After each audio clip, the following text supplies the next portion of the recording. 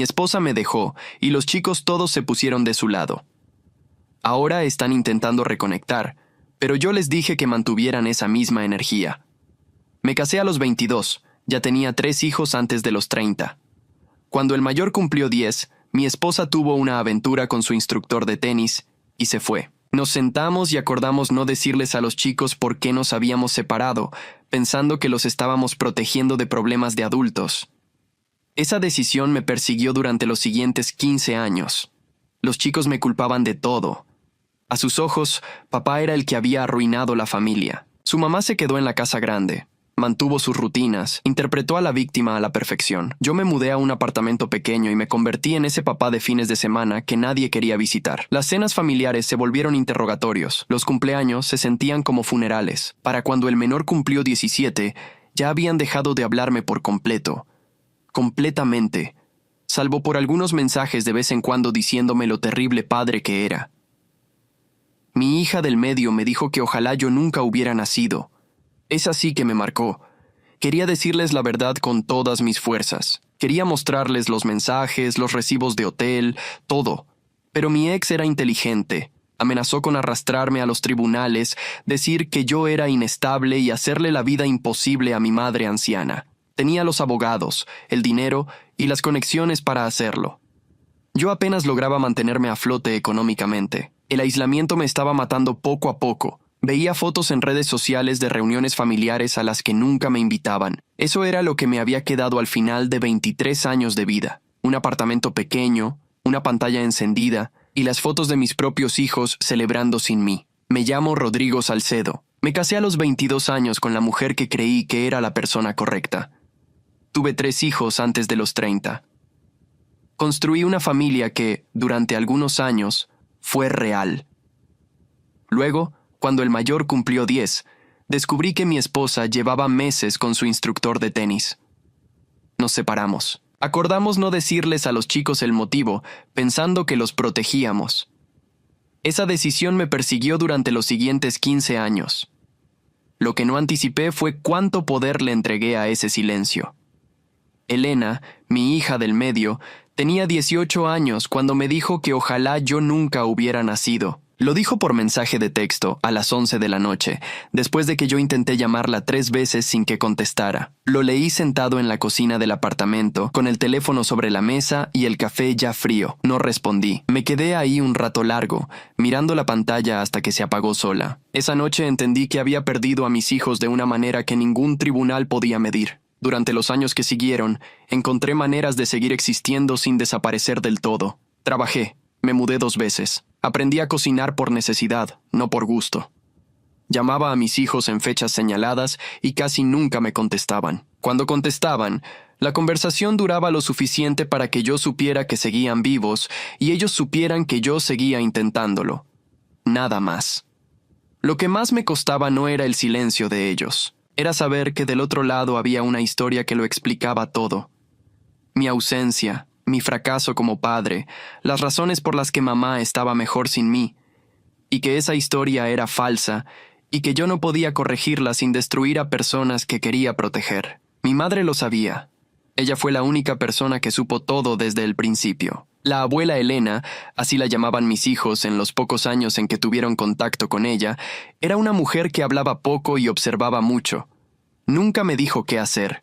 Nunca me presionó para que hablara, para que peleara, para que exigiera algo. Solo me llamaba cada domingo por la mañana. Y en esa llamada siempre había un momento en que los dos nos quedábamos en silencio. Y ese silencio era la única conversación honesta que yo tenía en la semana. Cuando la salud empezó a fallarle, me pidió que no me preocupara por el funeral. Me dijo que ya había dejado todo arreglado, que había cosas que quería hacer antes de irse y que no necesitaba mi ayuda para hacerlas. No le pregunté qué cosas. Confié en ella como había confiado siempre. Murió un miércoles de octubre. Yo estaba en el trabajo cuando recibí la llamada del médico. Salí sin decirle nada a nadie. Subí al coche y manejé hasta el hospital en piloto automático. En el camino no lloré. Lloraba por dentro de una manera que no produce lágrimas, solo peso. El velatorio fue 3 días después, en una sala pequeña en el sur de la ciudad.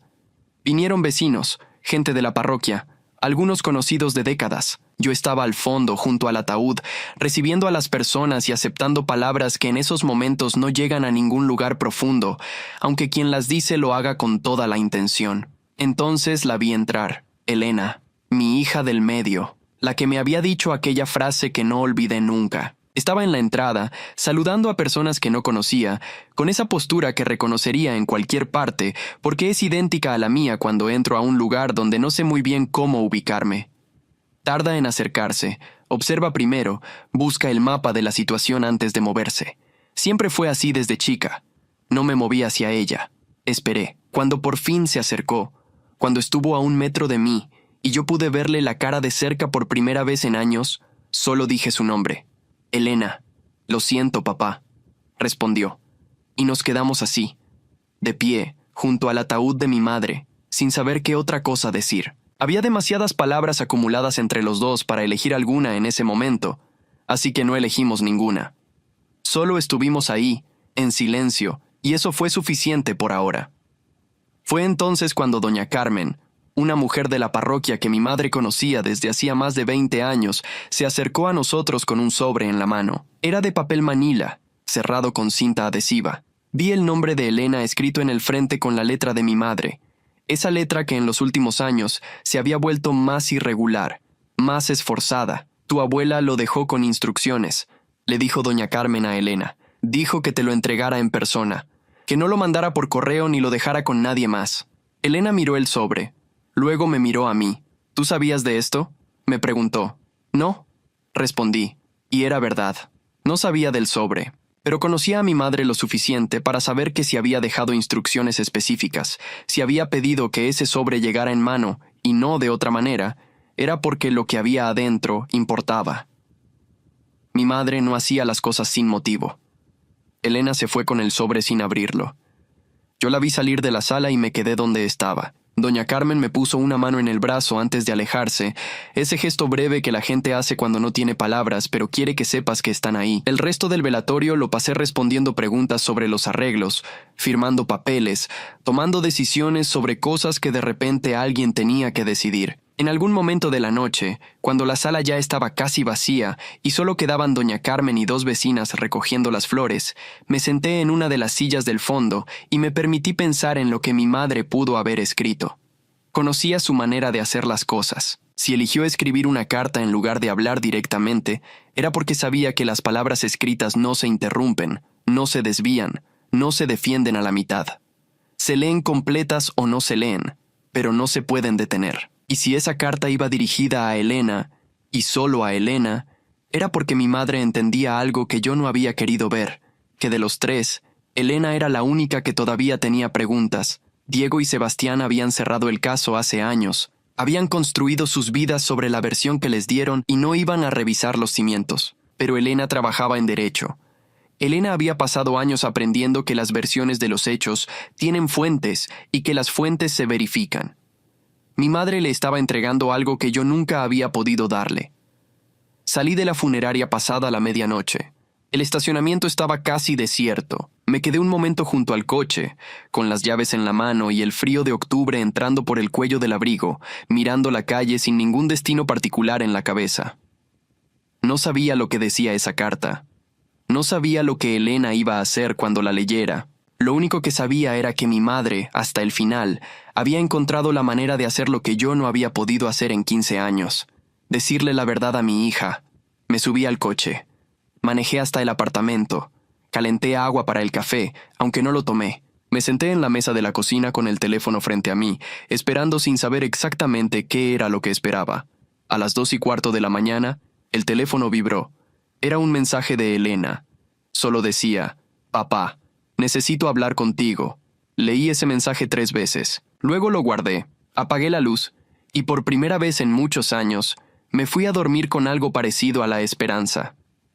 No porque esperara que todo se arreglara de la noche a la mañana, sino porque después de 15 años del lado de afuera, alguien había decidido abrir la puerta.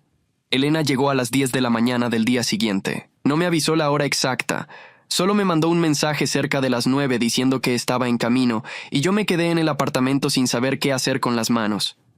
Limpié la cocina que ya estaba limpia. Acomodé 2 veces los cojines del sofá. Preparé café para los dos aunque no sabía si ella tomaba café, porque hay cosas de tus propios hijos que dejas de saber cuando te alejas de su vida cotidiana durante 15 años. Cuando tocó el timbre, fui a abrir sin apresurarme. Respiré antes de girar la perilla. Elena entró con el sobre de mi madre bajo el brazo. Traía el cabello recogido, ropa de trabajo, como si hubiera venido directo de la oficina o como si necesitara la formalidad para atravesar esta puerta. La entendí. Yo también me había puesto una camisa. ¿Café?, le ofrecí. Sí, dijo. Se sentó en la mesa de la cocina mientras yo servía.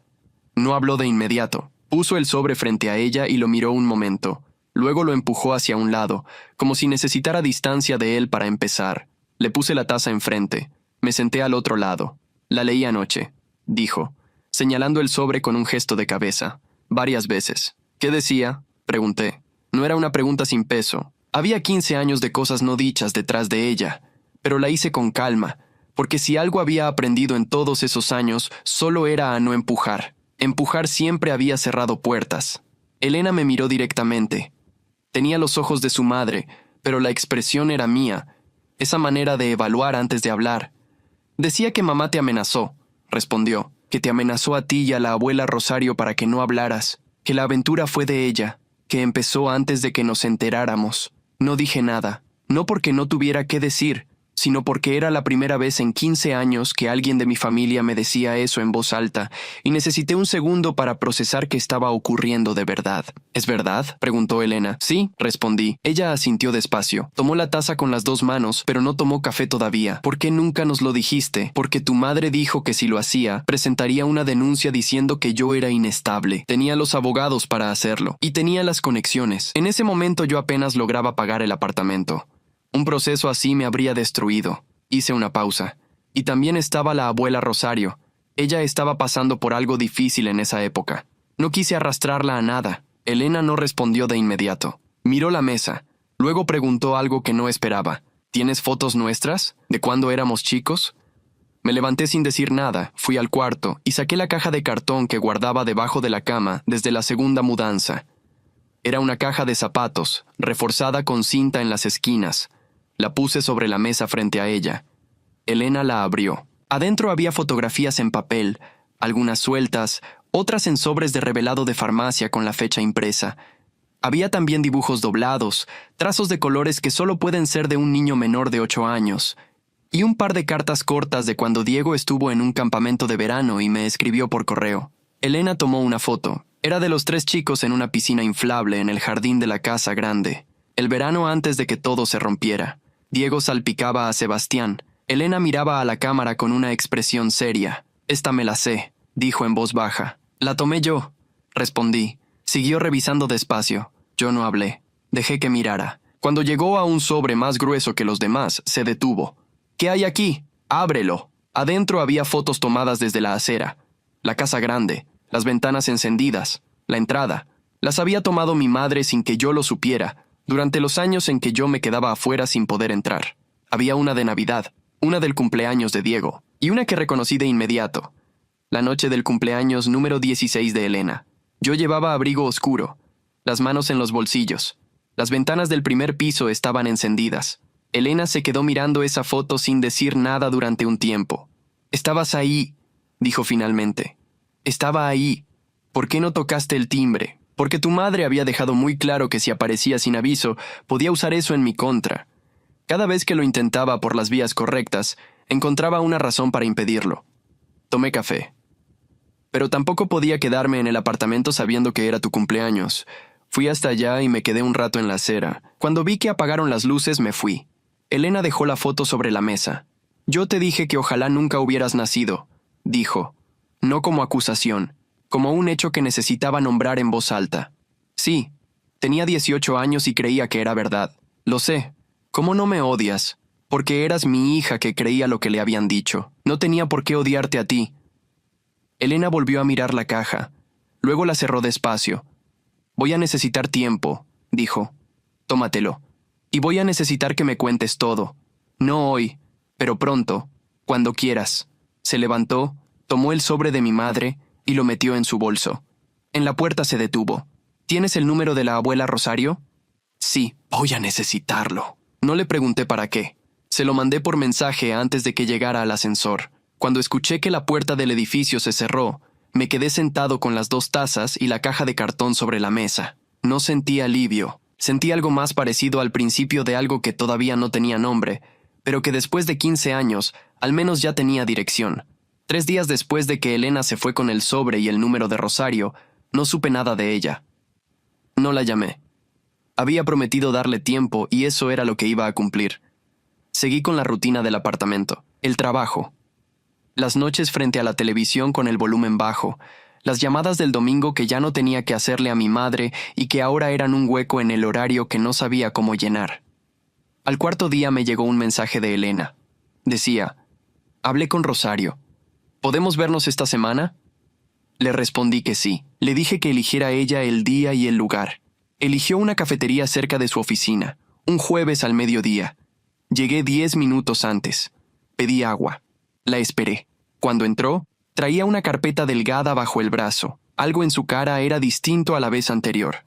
La primera vez que vino al apartamento traía una pregunta. Esta vez traía algo que ya sabía. Se sentó. Puso la carpeta sobre la mesa sin abrirla. Rosario me contó todo, dijo. ¿Todo? Pregunté. Lo de las amenazas. Lo que Marta le dijo si hablaba. Lo del abogado que le mandó una carta advirtiéndole que no se involucrara. Me contó que estuvo 2 años sin hablar contigo, por miedo a que Marta cumpliera lo que había prometido. Rosario era mi hermana menor. Cuando el matrimonio se rompió, ella estaba pasando por un proceso de separación propio, con 2 hijos chicos y sin trabajo estable. Marta lo sabía. Marta siempre supo exactamente dónde aplicar presión. Rosario no tenía por qué cargar con eso, dije. No, pero lo cargó igual. Elena miró la carpeta. También me dijo algo que no estaba en la carta de la abuela. Esperé. Me dijo que el instructor de tenis no fue el primero, que hubo alguien antes, 2 años antes, un colega de trabajo, que Rosario lo descubrió porque encontró mensajes en el teléfono de mamá cuando le prestó el suyo para hacer una llamada. No era información nueva para mí. Lo había sabido desde el principio. Pero escucharlo de boca de Elena me produjo una sensación rara. No satisfacción, algo más parecido al cansancio de una verdad que llevaba demasiado tiempo guardada donde nadie podía verla. ¿Tú lo sabías?, preguntó Elena. Sí. ¿Y tampoco dijiste nada? No, porque hablar no iba a cambiar la separación. Solo iba a destruir la imagen que los chicos tenían de su madre, y en ese momento yo todavía pensaba que eso les haría más daño que bien. Elena asintió. No dijo que entendía, pero tampoco discutió. Abrió la carpeta. Adentro había 3 hojas impresas con fechas, nombres, una línea de tiempo que ella había construido con lo de Rosario, la carta de mi madre y datos que debió buscar por su cuenta. Hay inconsistencias en el acuerdo de separación, dijo, señalando la 3.ª hoja. Algunas cláusulas te dejaron con muy poco margen. El abogado que te representó era inexperto. Marta usó un estudio con mucha más experiencia. Lo sé. En ese momento no tenía dinero para algo mejor. Lo que quiero saber es si firmaste cosas sin entenderlas del todo. Era una pregunta directa, sin juicio en el tono. Probablemente sí, dije. Estaba solo, estaba presionado, y me decían que era lo mejor que podíamos conseguir. Elena escribió algo en el margen de la hoja. No te estoy prometiendo nada, aclaró, pero hay cosas que se pueden revisar. No para reabrir el divorcio, eso ya es historia, sino para tener un registro claro de lo que pasó.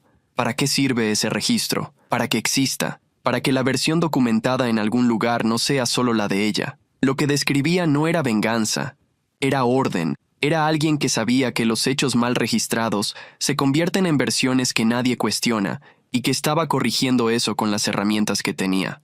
¿Hablaste con tus hermanos?, pregunté. No todavía. Primero quiero tener todo claro. Diego va a resistirse. Sebastián va a seguirle la corriente. Necesito tener algo concreto antes de esa conversación. No tienes que hacer esto por mí. Me miró de una manera que no esperaba. No lo estoy haciendo solo por ti, dijo. Lo estoy haciendo porque pasé 15 años creyendo una historia que no era verdad, y eso también me afectó a mí. Te traté de una manera que no tenía fundamento. Necesito saber exactamente qué pasó. No para contárselo a nadie, para saberlo yo. No supe qué responder. Así que no respondí nada. Terminamos el café. Elena pagó antes de que yo pudiera hacerlo. En la puerta me dijo que me avisaría cuando tuviera algo más. ¿Tienes los documentos del proceso de separación?, preguntó. En alguna caja en el apartamento. Los voy a necesitar. Te los busco esta semana. Asintió y se fue por la acera sin mirar hacia atrás. Me quedé un momento en la puerta. Era la segunda vez en una semana que mi hija salía de una conversación conmigo hacia algo que yo no controlaba. Y era la primera vez en 15 años que eso no me producía miedo. Busqué los documentos esa misma noche. Estaban en una caja de plástico gris debajo de otras 2 cajas, en el fondo del closet del cuarto que usaba como depósito. Tuve que sacar todo para llegar a ella. Cuando la abrí, el olor a papel viejo me devolvió a un período que no extrañaba. Los meses posteriores al divorcio, cuando vivía rodeado de papeles que no entendía del todo y decisiones que tomaba bajo presión. Adentro había una carpeta azul con el contrato de separación, copias de los acuerdos de custodia, correspondencia con el abogado y un sobre pequeño que no recordaba haber guardado ahí. Lo abrí. Adentro había 3 recibos de hotel con fecha, nombre del establecimiento y número de habitación. Los había guardado en su momento por instinto, sin saber muy bien para qué. Nunca los usé porque usarlos habría costado más de lo que habría ganado. Los puse aparte. El resto de la carpeta lo dejé sobre la mesa y le mandé un mensaje a Elena diciéndole que ya tenía todo listo. Respondió al día siguiente. Paso esta tarde. Llegó a las 6. Revisó los documentos con una concentración que yo reconocía de cuando ella era chica y hacía las tareas. No había urgencia en sus movimientos, solo atención. Subrayó algunas cosas con lápiz. Dobló una esquina en 2 páginas. Cuando llegó a los recibos de hotel, los sostuvo un momento y me miró. ¿De dónde salieron estos? Los guardé en su momento, nunca supe bien por qué. ¿Alguien más sabe que existen? No. Los separó del resto con cuidado y los puso en su propia carpeta. Hay algo más que necesito, dijo sin levantar la vista.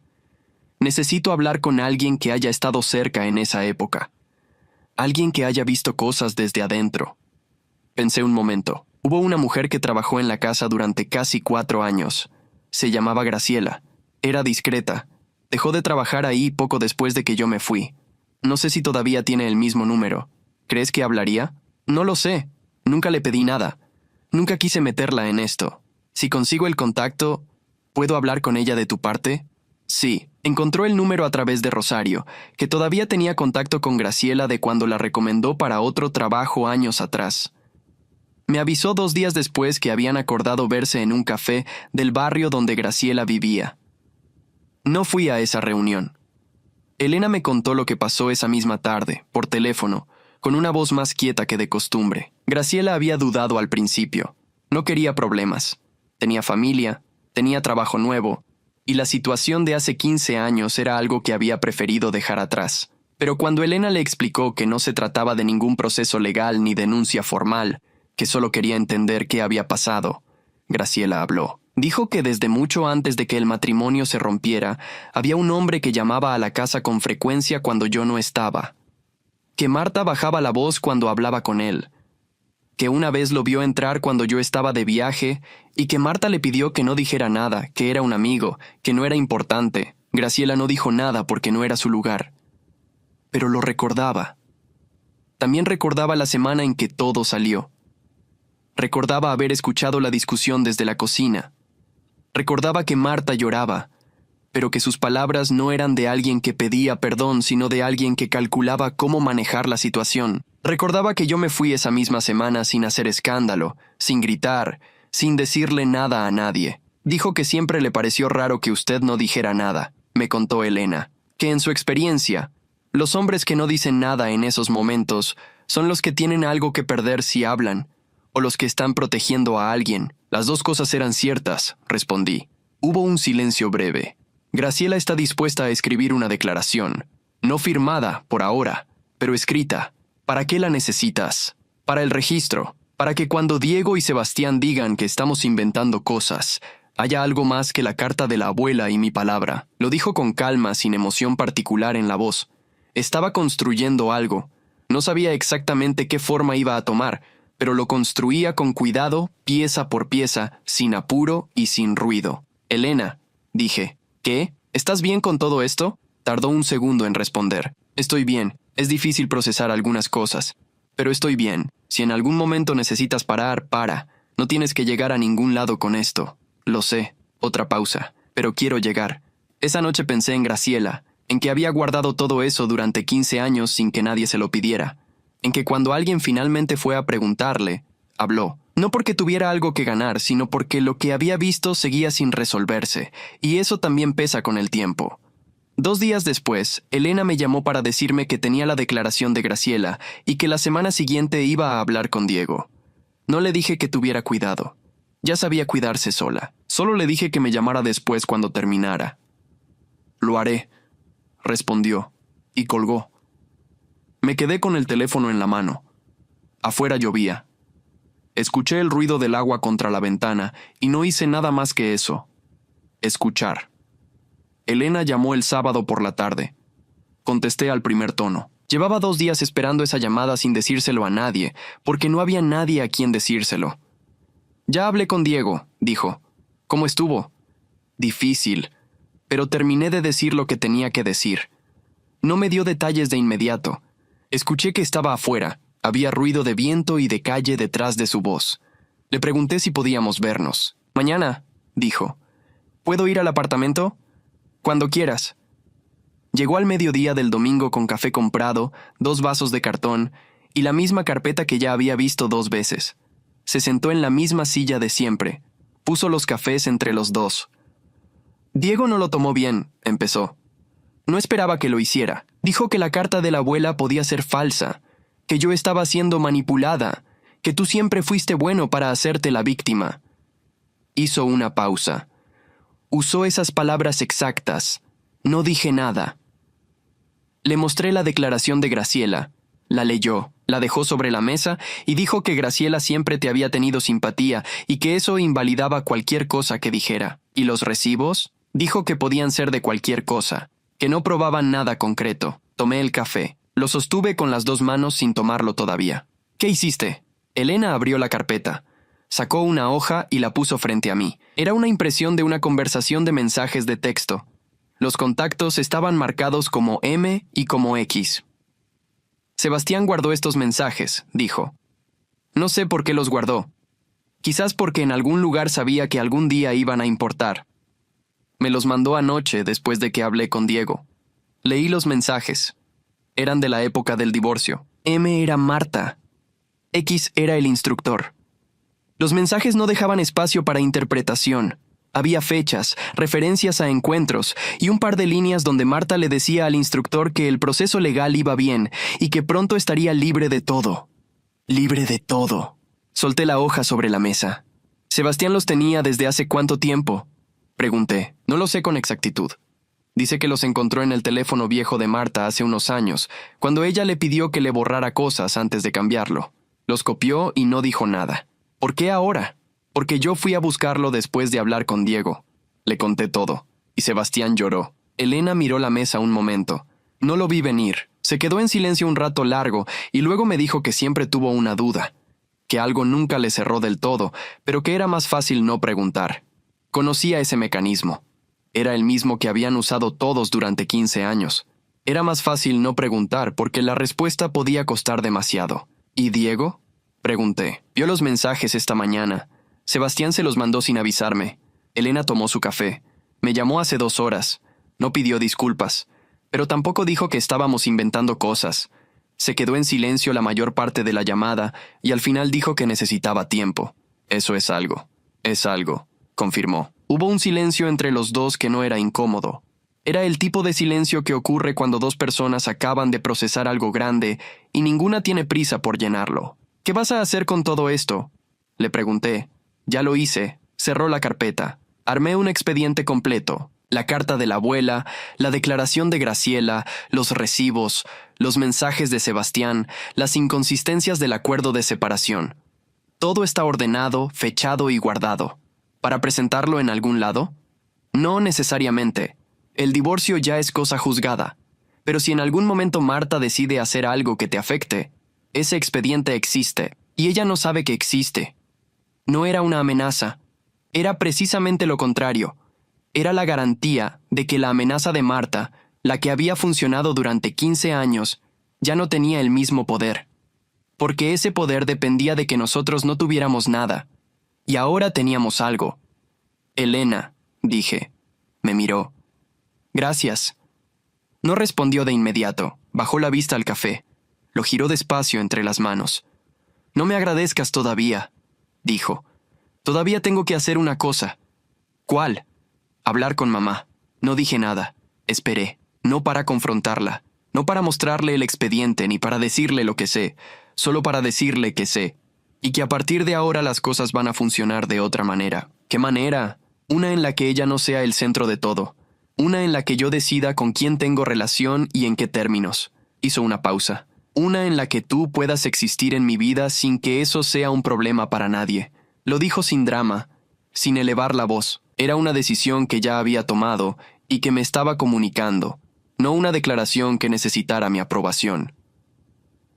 ¿Cuándo vas a hablar con ella? Esta semana. Ya le pedí que nos veamos. Terminamos los cafés.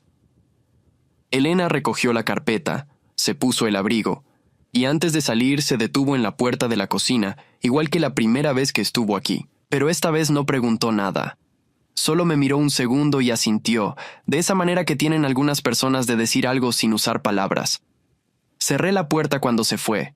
Me apoyé contra ella un momento, con la espalda contra la madera, mirando el apartamento pequeño que había sido mi mundo durante 15 años. El capítulo siguiente no dependía de mí, dependía de ella. Y por primera vez en mucho tiempo, eso no me pesaba.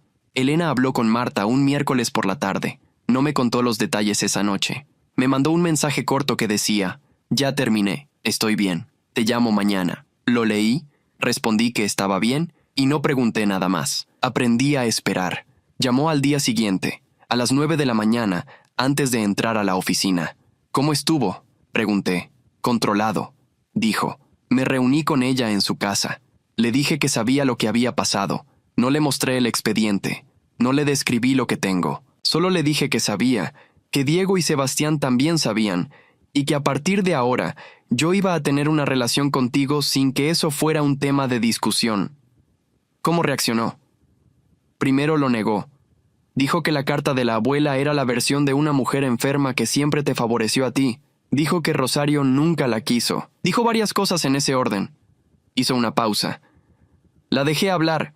Cuando terminó, le dije que no estaba ahí para debatir la versión de los hechos, que ya tenía la mía y que era suficiente. ¿Y después? Se quedó en silencio.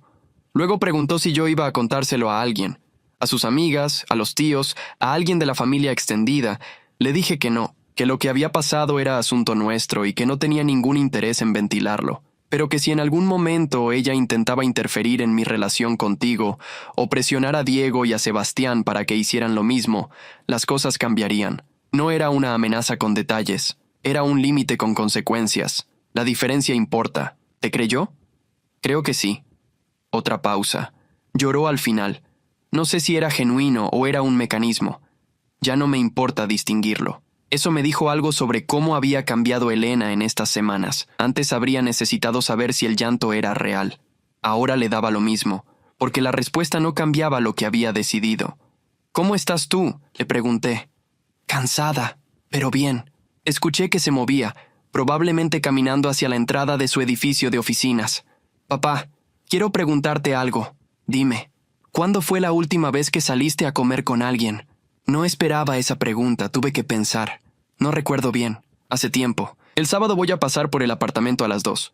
Busca un lugar donde comer cerca que no sea el mismo de siempre. Yo invito. Colgó antes de que yo pudiera responder. Me quedé con el teléfono en la mano un momento. Luego lo dejé sobre la mesa y fui a buscar el abrigo porque tenía que salir al trabajo, pero antes de salir abrí el mapa del teléfono y busqué restaurantes cerca del apartamento. No sé cuánto tiempo estuve mirando la pantalla. No era una decisión complicada, pero hacía mucho que nadie me pedía que tomara una así. El sábado llegó con el cielo despejado y frío.